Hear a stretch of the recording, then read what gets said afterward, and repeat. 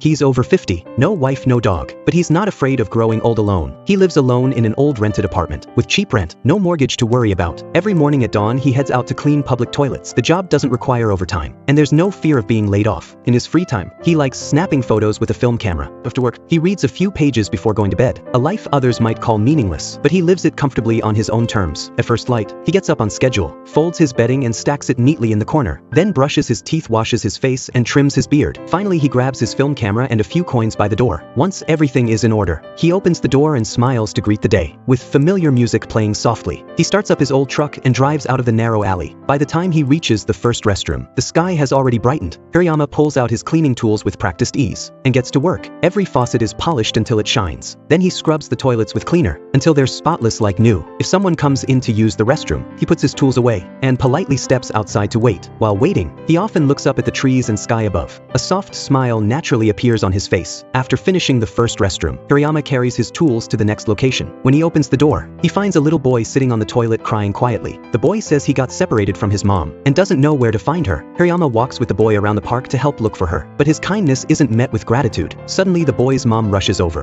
panic all over her face. She grabs the boy out of Hirayama's hands, gives him a wary look, then pulls out a wet wipe and scrubs the boy's hand where he was touched. Faced with her prejudice, Hirayama simply stands there in silence, with no intention of defending himself. But as the boy is led away, he turns around and waves goodbye. Hirayama smiles and waves back. He's long since learned to accept these little misunderstandings. After the brief incident, Hirayama moves on to the third restroom of the day. It's nearly noon, and that's when his coworker finally shows up. The guy blames traffic, then starts complaining about how dirty and exhausting the job is. Seeing Hirayama still working quietly, he tells him not to try so hard. Hirayama ignores the griping, just packs up his tools, and heads to the next spot. After this one, it'll be time for lunch. If the weather's nice, he brings a homemade sandwich and eats it on a bench up on the hill. With his simple meal in hand, he looks up and sees the leaves glowing bright green in the sunlight, so he pulls out his film camera and captures the dappled light of the moment. Just as he puts the camera away, he notices a new sapling growing beside a big tree. With the monk's permission, he gently digs it up to take home and raise. As the sun sets and upbeat rock music plays, Hirayama ends another day of honest work.